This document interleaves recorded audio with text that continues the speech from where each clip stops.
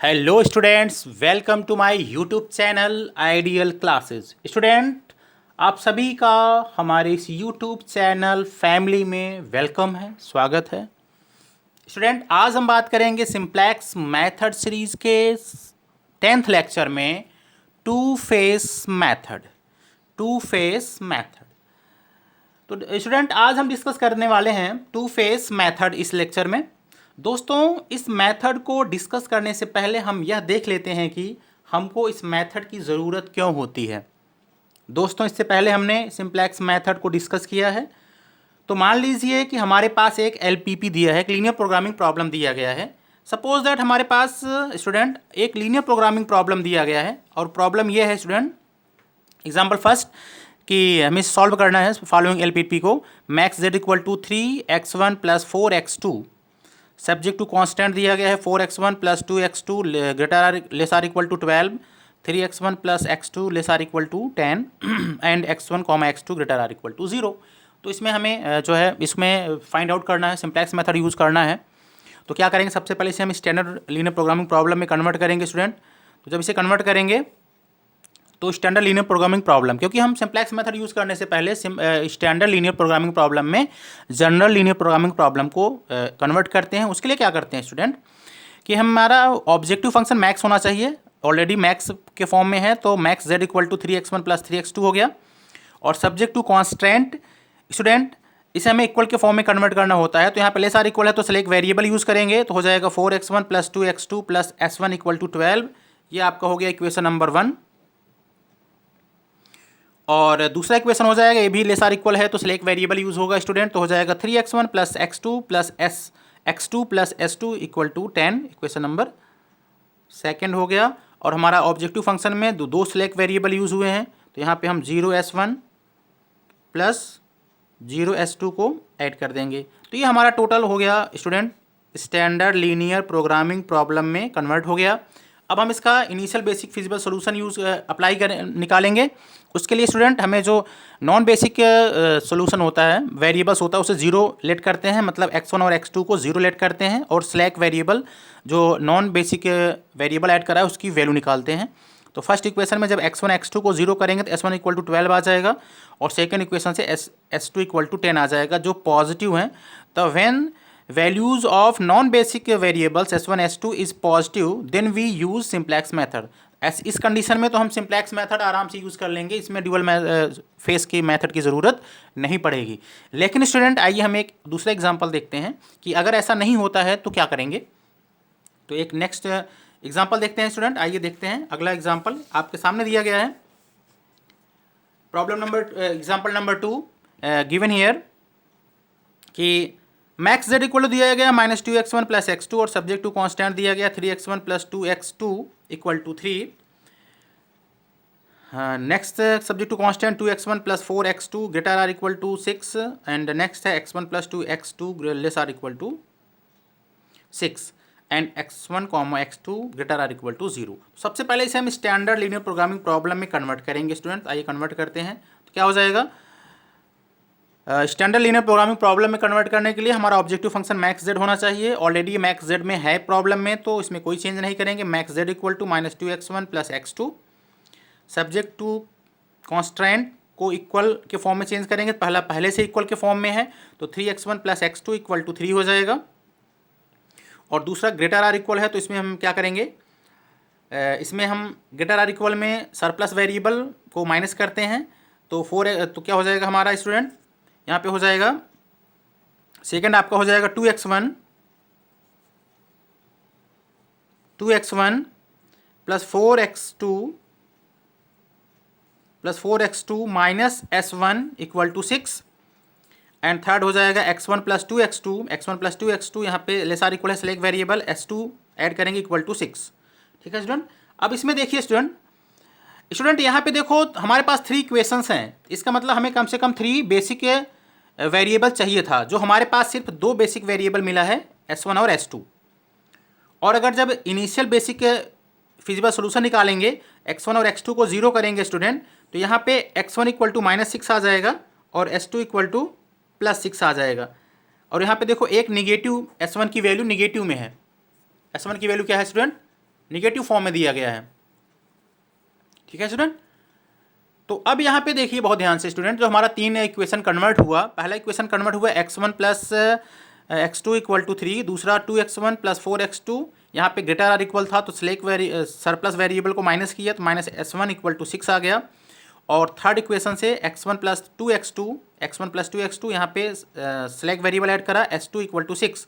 यहाँ पे 3 इक्वेशन बन रहे हैं और हमारे पास वेरिएबल जो कितना है 2 मिला है स्टूडेंट। तो ऐसे कंडीशन में हमें 3 जो है नॉन बेसिक वेरिएबल चाहिए था, जबकि हमें 2 बेसिक नॉन बेसिक वेरिएबल मिला हुआ है। तो पहली बात तो यहाँ पे करेक्ट नहीं हुआ। दूसरा, जब इसका हम इनिशियल बेसिक फिजिबल सोल्यूशन निकालेंगे तो x1 और x2 को जीरो करेंगे, तो x1 x2 को जीरो करेंगे स्टूडेंट, तो दूसरे वाले इक्वेशन से हमें s1 इक्वल टू -6 मिल जाएगा और तीसरे इक्वेशन से s2 इक्वल टू 6 मिल जाएगा। और हमेशा नॉन बेसिक फिजिबल सोल्यूशन में वैल्यूज़ निगेटिव नहीं आना चाहिए। हाँ, वैल्यू निगेटिव आ गया, इसका मतलब हम यहाँ पे सिंप्लेक्स मेथड यूज़ नहीं कर सकते हैं। तो ऐसे कंडीशन में हम टू फेस मेथड यूज़ करते हैं। ऐसे कंडीशन में हम क्या करते हैं, टू फेस मेथड यूज़ करते हैं। तो इसमें क्या करते हैं हम स्टूडेंट, जो हमारा इक्वल वाला कांस्टेंट होता है वहाँ पे हम एक नया जो है वेरिएबल ऐड करते हैं, जिसे हम आर्टिफिशियल वेरिएबल कहते हैं, जिसे a1 a2 से रिप्रेजेंट करते हैं। इसका कोई फिजिबल एग्जिस्टेंस नहीं होता है। तो कहने का मतलब ये है कि जो हमारा सब्जेक्ट टू कांस्टेंट अगर लेस आर इक्वल है तो सिलेक्ट वेरिएबल यूज़ करते हैं, प्लस करते हैं, और अगर ग्रेटर आर इक्वल है तो सरप्लस वेरिएबल को माइनस करके आर्टिफिशियल वेरिएबल को ऐड करते हैं, और अगर इक्वल का फॉर्म में हमारा सब्जेक्ट टू कांस्टेंट है तो वहाँ पे हम आर्टिफिशियल वेरिएबल को ऐड करते हैं। इसके बाद स्टूडेंट हम क्या करते हैं, इसके बाद स्टूडेंट हम क्या करते हैं, आइए उसको देखते हैं कि इसके बाद हम क्या करते हैं। तो टू फेस मेथड इसे इसलिए कहा जाता है कि ऐसे प्रॉब्लम को हम 2 फेस के अकॉर्डिंग सॉल्व करते हैं। पहले फेस में एलिमिनेट करते हैं आर्टिफिशियल वेरिएबल को, दूसरे फेस में हम ऑप्टिमल सोल्यूशन को फाइंड आउट करते हैं। तो इसका जो प्रोसीजर है स्टूडेंट, उसे हमने स्टेप बाय स्टेप यहाँ लिख रखे हैं। आप चाहें तो आप इसका जो है शॉर्ट स्क्रीन ले लीजिए स्टूडेंट। इसका आप क्या करिए, कंप्लीट यहाँ पे सोल्यूशन आपके सामने दिख रहा है, ये प्रोसीजर है थ्योरेटिकल, इसका आप शॉर्ट स्क्रीन ले लीजिए स्टूडेंट। तो पहले हम क्या करते हैं, फेस 1 में क्या करते हैं, हम फेस 1 में एलिमिनेट करते हैं आर्टिफिशियल वेरिएबल को, और यहाँ पे फेस 2 शुरू होता है। फेस 2 में हम फाइंड आउट करते हैं, क्या फाइंड आउट करते हैं, ऑप्टिमल सोल्यूशन को। फेस 2 में हम फाइंड आउट करते हैं ऑप्टिमल सोल्यूशन को। तो वो उसका प्रोसीजर ये है, आप फेस 2 का प्रोसीजर ये है, तो इसे आप जो है शॉर्ट स्क्रीन ले लीजिएगा। ठीक है, हम क्वेश्चन के माध्यम से आपको इसे क्लियर करेंगे। ठीक है, तो आप इसे शॉर्ट स्क्रीन ले चुके होंगे। तो आइए हम क्वेश्चन एक लेते हैं, क्वेश्चन के थ्रू हम सॉल्व करते हैं कि कैसे हम फेस 1 फेस 2 के अकॉर्डिंग जो है फेस 2 मेथड यूज़ करके कैसे हम सोल्यूशन को फाइंड आउट करते हैं। ठीक है स्टूडेंट, तो चलिए क्वेश्चन लेते हैं। क्वेश्चन आपके सामने है, problem first, given general linear programming problem max z equal to 3x1 minus x2, subject to constant दिया है 2x1 plus x2 greater or equal to 2, x1 plus 3x2 less or equal to 2, x2 less or equal to 4 and x1 comma x2 greater or equal to 0। तो ये हमारा question है। अब इसका हम बात करेंगे। सबसे पहले इसे लीनियर प्रोग्रामिंग प्रॉब्लम में कन्वर्ट करेंगे स्टूडेंट। लीनियर प्रोग्रामिंग प्रॉब्लम में कन्वर्ट करने के लिए हमारा जो ऑब्जेक्टिव फंक्शन है मैक्स z होना चाहिए। इत्तेफाक से ये पहले से ही मैक्स z है, तो ऑब्जेक्टिव फंक्शन में कोई चेंज नहीं करेंगे। Max z equal to 3x1 minus x2 लिख देंगे। अब सब्जेक्ट टू कॉन्स्टेंट को हम इक्वेशन के फॉर्म में कन्वर्ट करेंगे। तो देखो यहाँ ग्रेटर आर इक्वल है तो यहाँ सरप्लस वेरिएबल ऐड होगा, तो 2x1 plus x2 minus surplus variable में s1 को माइनस करते हैं और एक आर्टिफिशियल वेरिएबल ऐड करते हैं, तो minus s1 plus a1 equal to 2 and second equation convert करेंगे। यहाँ पे लेस आर इक्वल है तो सेलेक्ट वेरिएबल यूज होगा, तो x1 plus 3x2 plus s2 equal to 2। तो ये हो गया आपका इक्वेशन फर्स्ट, ये हो गया आपका इक्वेशन सेकेंड। थर्ड इक्वेशन क्या है, x2 लेस आर इक्वल 4, तो हो जाएगा x2 plus s3 equal to 4। ये इक्वेशन हो गया थर्ड। और यहाँ पे ऐड कर देंगे स्टूडेंट, क्या ऐड करेंगे, हम यहाँ ऐड करते हैं स्टूडेंट सिलेक्ट वेरिएबल को 0 कोफिशिएंट के साथ, 0s1 plus 0s2 plus 0s3 ठीक है स्टूडेंट। और हम जो हमारा आर्टिफिशियल वेरिएबल है यहाँ पे हम -a1 लिखते हैं। ठीक है स्टूडेंट। तो आइए बात करते हैं। तो ये हमारा स्टैंडर्ड फॉर्म में कन्वर्ट हो गया।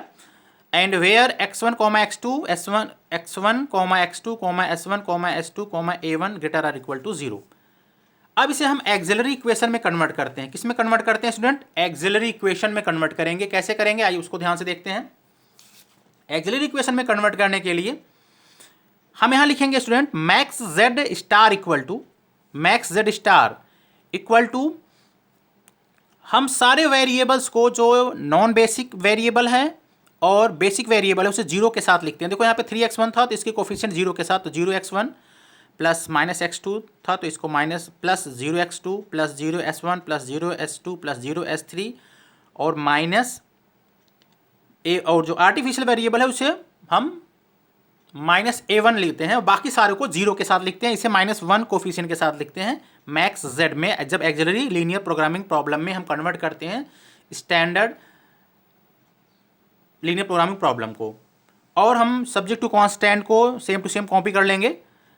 2x1 plus x2 minus s1 plus a1 equal to 2, यह आपका इक्वेशन फर्स्ट ही रहेगा। और दूसरा equation same to same copy करेंगे, x1 plus 3x2 plus s2 equal to 2 equation second, s2 plus x2 plus s3 equal to 4 equation third. And where x1 x2 s1 s2 s3 a1 greater or equal to 0। जब axillary equation में convert करने के बाद हम face 1 की बात करेंगे। अब फेस 1 में हम पहले टेबल नंबर 1 बनाएंगे स्टूडेंट। फेस 1 में हम पहले टेबल नंबर 1 की बात करेंगे। तो आइए टेबल नंबर 1 की बात करते हैं। फेस 1 में टेबल नंबर 1 की बात करेंगे। एक्सिलरी इक्वेशन से हम फेस 1 को सॉल्व करते हैं स्टूडेंट, ध्यान रखिएगा।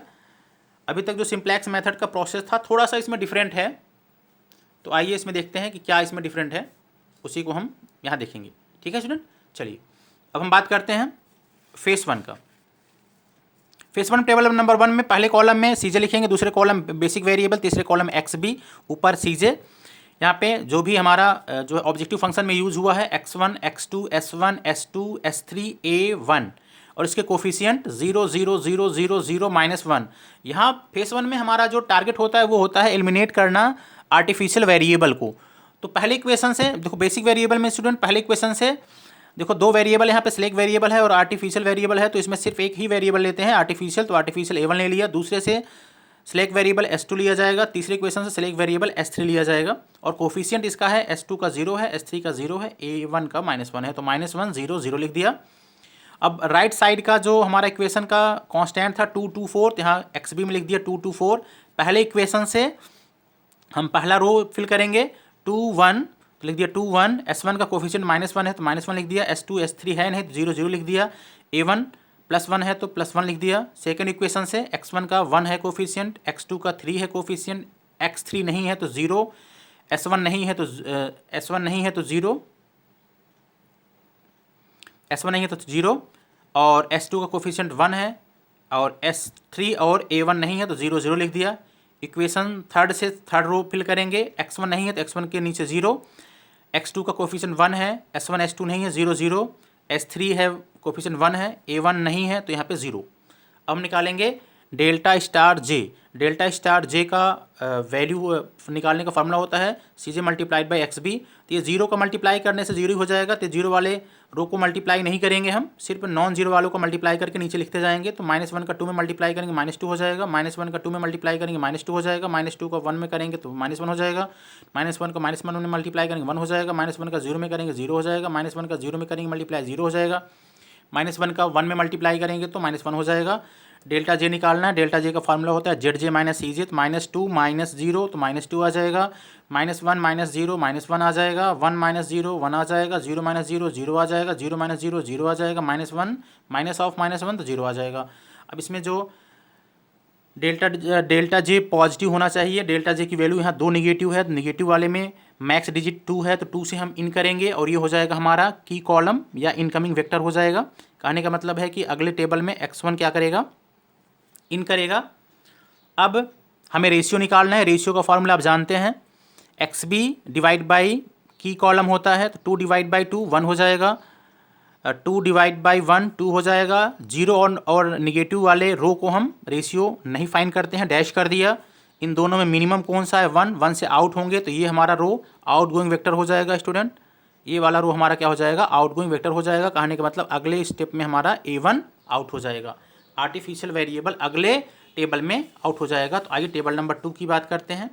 टेबल नंबर 2 की बात करते हैं स्टूडेंट। आपके सामने टेबल नंबर 2 दिख रहा होगा स्टूडेंट, आप टेबल नंबर 2 देखते जाइए।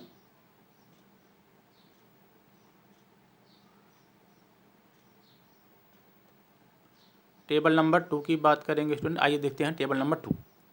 टेबल नंबर 2 देखते हैं स्टूडेंट। अब आपके सामने देखो स्टूडेंट, दिख रहा है कि हमारा A1 आउट हुआ है, उसके प्लेस पर X1 आया है, तो A1 के प्लेस पर X1 लिख दिया, X2 X3 same to same रहेगा।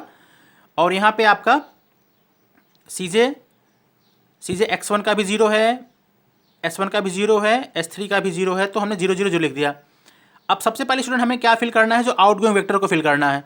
आउट गोइंग वेक्टर हमारा फर्स्ट रो है, इसको फिल करने के लिए पहले फर्स्ट रो को फिल करेंगे। इसके लिए हम इसके की कॉलम 2 से पूरे इक्वेशन में पूरे रो में डिवाइड करेंगे, तो क्या आ जाएगा 1 1 1/2 -1/2 0 0 आ जाएगा। अब देखो A1 आउट हो गया स्टूडेंट, हमें A1 वाला कॉलम लिखने की ज़रूरत यहाँ पर नहीं है, ठीक है स्टूडेंट, नहीं लिखते हैं।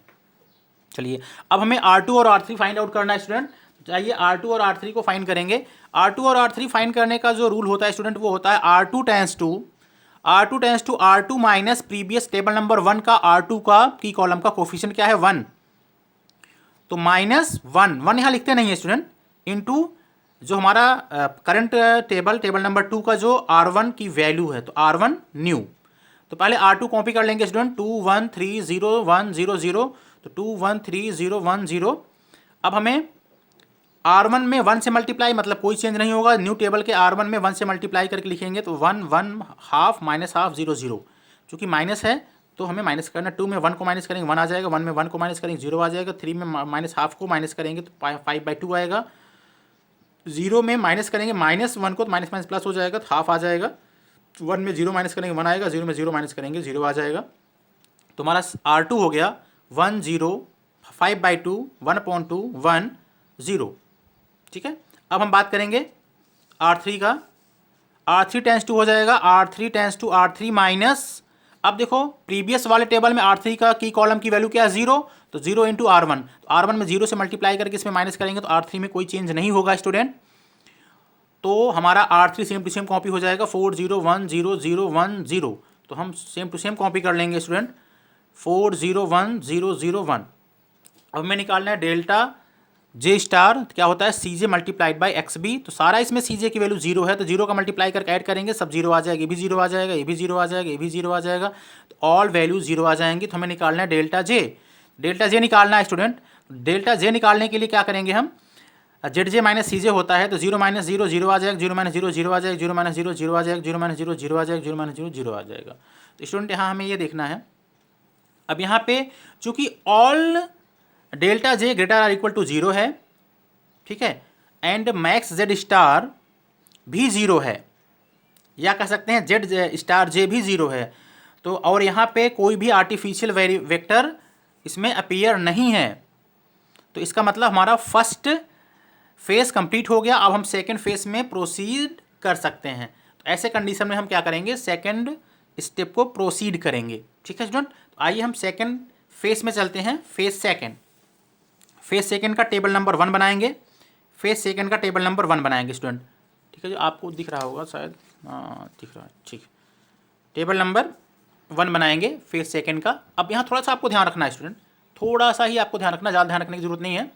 सबसे पहले हम क्या करेंगे, CJ निकालेंगे, पहले कॉलम CJ लिखेंगे, दूसरे में बेसिक वेरिएबल, तीसरे में XB, चौथे में X1 X2 S1 S2 S3 जो हमारा इसके प्रीवियस टेबल में जो भी हमारी बची हुई हैं, ठीक है, और लास्ट में लिखेंगे रेशियो। अब ऊपर CJ में ऊपर स्टूडेंट हमें लिखना है जो हमने स्टैंडर्ड फॉर्म में कन्वर्ट किया था क्वेश्चन को, जो हमने स्टैंडर्ड फॉर्म में क्वेश्चन को कन्वर्ट करा था उसके वेरिएबल लिखना है। तो स्टैंडर्ड फॉर्म में जो हमने कन्वर्ट किया था स्टूडेंट, वो किया था स्टूडेंट, जरा 1 मिनट बताते हैं, वो हमने किया था स्टूडेंट, वो हमने देखो किया था, क्या किया था, देखो ध्यान से यहाँ पे 3 -1 0 0 0 A1 का लिखना नहीं है, तो हमारा आ जाएगा 3 -1 0 0 0। और यहाँ पे क्या बच रहा है स्टूडेंट, प्रीवियस वाले में बच रहा है x1 तो लिख दिया x1 और s2 s3 x1 का कोफिशिएंट 3 है तो यहाँ लिख दिया x1 कोफिशिएंट 3, s2 का 0 है तो 0, s3 का 0 है तो 0। और बाकी हम सेम टू सेम कॉपी कर लेंगे 1 1 हाफ माइनस हाफ 0 0 तो 1 1 हाफ माइनस हाफ 0 0 1 0 5/2 हाफ 1 0 तो लिख दिया थर्ड रो भी और सेकंड रो भी और थर्ड रो भी सेम टू सेम लिख दिया। अब हमें निकालना है स्टूडेंट, अब हमें निकालना है डेल्टा जे निकालेंगे कैसे, X B C J multiplied by X B तो 3 multiplied by 1 plus 0 multiplied by 1 plus 0 multiplied by 0। तो सेकंड और थर्ड रो का सी जे 0 है तो इसलिए सेकंड और थर्ड रो को मल्टीप्लाई करके ऐड करने से कोई फर्क नहीं पड़ेगा, तो सिर्फ सी जे का जो नॉन जीरो को रो है उसी में मल्टीप्लाई करके हम लिखते जाएंगे जेड जे। तो 3 मल्टीप्लाइड बाई 1 3 आ जाएगा, 3 मल्टीप्लाइड बाई 1 3 आ जाएगा, 3 मल्टीप्लाइड बाई हाफ 3/2 आ जाएगा, 3 मल्टीप्लाइड बाई माइनस हाफ तो -3/2 आ जाएगा, 3 मल्टीप्लाइड बाई 0 0 आ जाएगा, 3 मल्टीप्लाइड बाई 0 0 आ जाएगा। अब हमें निकालना है डेल्टा जे का फार्मूला होता है जेड जे माइनस सी जे। क्या होता है स्टूडेंट, जेड जे माइनस सी जे। तो आइए हम जेड जे माइनस सी जे की बात करते हैं। तो 3 - 3 0, 3/2 माइनस ऑफ -1 +1 हो जाएगा तो ऐड हो जाएगा 5/2 हो जाएगा, -3/2 -0 तो -3/2 हो जाएगा, 0 - 0 0 हो जाएगा, 0 - 0 0 हो जाएगा। स्टूडेंट इसका निगेटिव नहीं होना चाहिए, मतलब अगर निगेटिव यहाँ पे सारे पॉजिटिव आ जाते तो हमारा फाइनल आंसर ऑप्टिमल सोल्यूशन आ जाता, लेकिन यहाँ पे अभी एक वैल्यू निगेटिव है तो इसका मतलब इससे हम इन करेंगे, इन करते ही ये हो जाएगा हमारा की कॉलम। क्या हो जाएगा इसे, इनकमिंग वेक्टर या की कॉलम। कहने का मतलब अगले टेबल में S1 क्या होगा, इन होगा। अब आउटगोइंग वेक्टर निकालने के लिए पहले रेशियो निकालेंगे। रेशियो निकालने का फॉर्मूला आप जानते हो स्टूडेंट, जिसमें की कॉलम में जो निगेटिव होता है उस रो का रेशियो नहीं निकालते हैं, डैश कर देंगे, और जिसका जीरो होता है उसका भी हम जो है रेशियो नहीं निकालते हैं, वो रो भी डैश हो जाएगा। सिर्फ हमारा एक बच रहा है सेकेंड रो, तो 1 डिवाइड बाई हाफ तो हो जाएगा 2, 2 से हम आउट करेंगे क्योंकि हमारे पास एक ही रो बचा हुआ है, जो ये आउटगोइंग वेक्टर हो गया। कहने का मतलब अगले टेबल में S2 आउट होगा, उसके प्लेस पर S1 आएगा। तो आइए हम बात कर लेते हैं टेबल नंबर 2 का, फेज 2 के टेबल नंबर 2 की बात करेंगे। आइए बात करते हैं फेज 2 का टेबल नंबर 2। चलिए बात करते हैं फेज 2 का टेबल नंबर 2। तो आपके सामने स्टूडेंट दिख रहा होगा, फेज 2 का टेबल नंबर 2 आपके सामने दिख रहा होगा। तो आइए बात करते हैं कैसे हम इसे सॉल्व करेंगे। तो सबसे पहले स्टूडेंट क्या करते हैं, हम टेबल नंबर 2 में, टेबल नंबर 2 का सीजे वही लिखेंगे, सीजे लिख लिया, कॉलम एक टेबल बनाया, पहले कॉलम में सीजे, दूसरे में बेसिक वेरिएबल, तीसरे में एक्सबी, फिर x1 x2 s1 s2 s3, इसके ऊपर सीजे, उसका कोफिशिएंट सेम टू सेम 3 - 1 0 0 0। अब ध्यान देना है, और यहाँ पे अब देखो ध्यान से, x1 तो अपने एज इट इज रहेगा, s2 आउट हुआ है उसके प्लेस पर s1 आया है तो s2 के प्लेस पर s1 लिख दिया, s3 अपने प्लेस पर रहेगा और इसके कोफिशिएंट ऊपर से देख करके x1 का 3, s1 का 0, s3 का 0 लिख दिया। अब हमारा R2 आउट हुआ है, आउटगोइंग वेक्टर हमारा प्रीवियस जो है टेबल में R2 है, पहले R2 को फिल करेंगे। R2 को फिल करने के लिए इसके की एलिमेंट से डिवाइड करके हाफ से डिवाइड करेंगे, तो 1 में हाफ से डिवाइड करेंगे तो कहने का मतलब क्या आ जाएगा, अपोजिट होकर मल्टीप्लाई होना 2 हो जाएगा। 0 में हाफ से डिवाइड करेंगे तो 0 आएगा, 5/2 में हाफ से डिवाइड करेंगे तो 5 आ जाएगा, हाफ में हाफ से डिवाइड करेंगे 1 आएगा, 1 में हाफ से डिवाइड करेंगे 2 आ जाएगा, 0 में हाफ से डिवाइड करेंगे 0 आ जाएगा। अब हमें R1 और R2 को फाइंड आउट करना है, हमें फाइंड आउट करना है स्टूडेंट, R1 और R2 को फाइंड आउट करना है, ठीक है। तो देखते हैं R1 और R2 में कैसे फाइंड आउट करेंगे स्टूडेंट। तो आइए देखते हैं हम R1 और कैसे हम इसे फाइंड आउट करते हैं। चलिए आइए देखते हैं स्टूडेंट, आपके सामने देखते हैं कैसे हम इसे फाइंड आउट करते हैं। चलिए अब देखो, हमें पहले R1 की बात करते हैं। R1 tends to R1 minus previous वाले वेक्टर के R1 का की कॉलम क्या है, माइनस हाफ, तो माइनस माइनस यहाँ प्लस हो जाएगा, प्लस हाफ नए वाले टेबल का R2 न्यू। तो पहले R1 को कॉपी कर लिया, 1 0 1 1 हाफ माइनस हाफ 0 0, तो 1 1 हाफ माइनस हाफ 0 0। अब जो R2 हमारा ये आया है न्यू जो है करंट टेबल का, R2 में 2 से 1/2 से मल्टीप्लाई करके, तो 1/2 से मल्टीप्लाई करेंगे तो हो जाएगा 1 0 5/2 1/2 1 0, और क्या करना है, प्लस करना है, तो 1 और 1 2 हो जाएगा, 1 और 0 प्लस करेंगे 1 हो जाएगा, 1/2 प्लस 5/2 ऐड करेंगे 6/2, 6/2 मतलब 3 हो जाएगा, कट के क्या हो जाएगा 3 हो जाएगा। और हाफ में हाफ ऐड करेंगे 0 आ जाएगा, 0 में 1 ऐड करेंगे 1 आ जाएगा, 0 में 0 ऐड करेंगे 0 आ जाएगा। तो हमारा आ गया स्टूडेंट, ये आ गया 0 1 3 0 1 0 आ गया। अब हमें क्या करना है, R3 निकालना है। तो R3 टेंस टू क्या होता है, R3 टेंड टू हो जाएगा स्टूडेंट R3 माइनस प्रीवियस वाले के R3 का की कॉलम 0। तो जहाँ 0 आ जाए तो इसका मतलब कि कोई चेंज हम नहीं करेंगे, क्योंकि अगर R2 में हम 0 से मल्टीप्लाई करेंगे तो कोई 0 आएगा, 0 को R3 में माइनस करेंगे तो R3 ही आएगा। तो R3 same to same copy कर लेंगे। R3 है 4 0 1 0 0 1, तो हमने कॉपी कर लिया 4 0 1 0 0 1 कर लिया। अब हम बात करते हैं ZJ फाइंड करेंगे। ZJ का फार्मूला होता है CJ मल्टीप्लाइड बाई XB। तो 3 मल्टीप्लाइड बाई 2, 0 का मल्टीप्लाई करके ऐड करने से कोई फर्क पड़ेगा नहीं, तो सेकंड रो और थर्ड रो के CJ को मल्टीप्लाई नहीं करेंगे, क्योंकि 0 है, 0 से मल्टीप्लाई करके ऐड करेंगे तो 0 मतलब कोई फर्क नहीं पड़ता है। सिर्फ नॉन ज़ीरो CJ का उस रो में मल्टीप्लाई करके लिखते जाएंगे ZJ में। तो 3 multiplied by 2 6, 3 multiplied by 1 3, 3 multiplied by 3 9, 3 multiplied by 0 0, 3 multiplied by 1 3, 3 multiplied by 0 0 आ गया। अब निकालेंगे डेल्टा J। डेल्टा J का फार्मूला होता है ZJ minus CJ। 3 minus 3 0, 9 minus 1 minus minus plus 10 हो जाएगा, 0 माइनस 0 0 हो जाएगा, 3 माइनस 0 3 हो जाएगा, 0 माइनस 0 0 हो जाएगा। अब देखो यहाँ पे ऑल वैल्यूज़ क्या हो गया, डेल्टा जे की all values greater or equal to 0 हो गया। तो इसका मतलब यहीं पे हमें ऑप्टिमल सोल्यूशन मिल गया। तो हम लिखेंगे student, since all delta J greater or equal to 0 comma optimal solution is obtained, hence optimal solution is. अब देखो हमारा जो बेसिक जो हमारा प्रॉब्लम था वो मैक्स जेड में था, इसलिए हम ZJ में कोई चेंज नहीं करेंगे। मैक्स जेड में हमारा प्रॉब्लम था स्टूडेंट, तो हम क्या करेंगे, लिखेंगे hence optimal solution is max Z equal to क्या आया है 6, तो max Z equal to 6। x1 की वैल्यू 3 है, तो x1 की वैल्यू क्या है यहाँ पे 1, तो x1 की वैल्यू 1 आ जाएगा 1, x1 की वैल्यू 1 आएगा स्टूडेंट। नहीं सॉरी इस वाले टेबल में देखेंगे, सॉरी यहाँ से देखेंगे मैक्स जेड इक्वल टू 6 और x1 की वैल्यू क्या आया है 2 आया है 2, और x2 यहाँ पे इस बेसिक वेरिएबल में नहीं है, तो x2 0 लिख देंगे और ये हमारा फाइनल आंसर हो जाएगा। ठीक है स्टूडेंट, तो आइए हम होमवर्क की बात करते हैं। आपके सामने एक होमवर्क देंगे, तो ये आपका होमवर्क है, इसको आप शॉर्ट स्क्रीन ले लीजिए। ये होमवर्क है प्रॉब्लम नंबर 2, इसकी शॉर्ट स्क्रीन ले लीजिए। इसको आपको क्या करना है, सॉल्व करके हमें इसका आंसर कमेंट बॉक्स में कमेंट करना है। तो स्टूडेंट आज हमने डिस्कस किया सिंप्लेक्स मेथड के लेक्चर नंबर 10 में टू फेस मेथड। तो टू फेस मेथड किस कंडीशन में हम अप्लाई करते हैं और कैसे करते हैं, बाकायदे हमने एग्जाम्पल लेके बताया और एक प्रॉब्लम लेके सॉल्व करके बताया कि फेस वन में हम जो है आर्टिफिशियल वेरिएबल को एलिमिनेट करते हैं, फेस 2 में हम क्या करते हैं ऑप्टिमल सोल्यूशन को फाइंड आउट करते हैं। इसे फेस 2 मेथड इसलिए बोला जाता है कि ऐसे प्रॉब्लम को हम 2 पार्ट में, फेस 1 एक पार्ट, फेस 2 दूसरा पार्ट, तो 2 पार्ट में करके सॉल्व करते हैं, इसलिए हम इसे फेस 2 मेथड बोलते हैं। ठीक है स्टूडेंट, तो आई होप आपको ये लेक्चर पसंद आया होगा। आपको ये लेक्चर कैसा लगा कमेंट बॉक्स में कमेंट करके ज़रूर जो है बताइएगा कि आपको ये लेक्चर कैसा लगा और इसमें कौन सा पार्ट अच्छा लगा।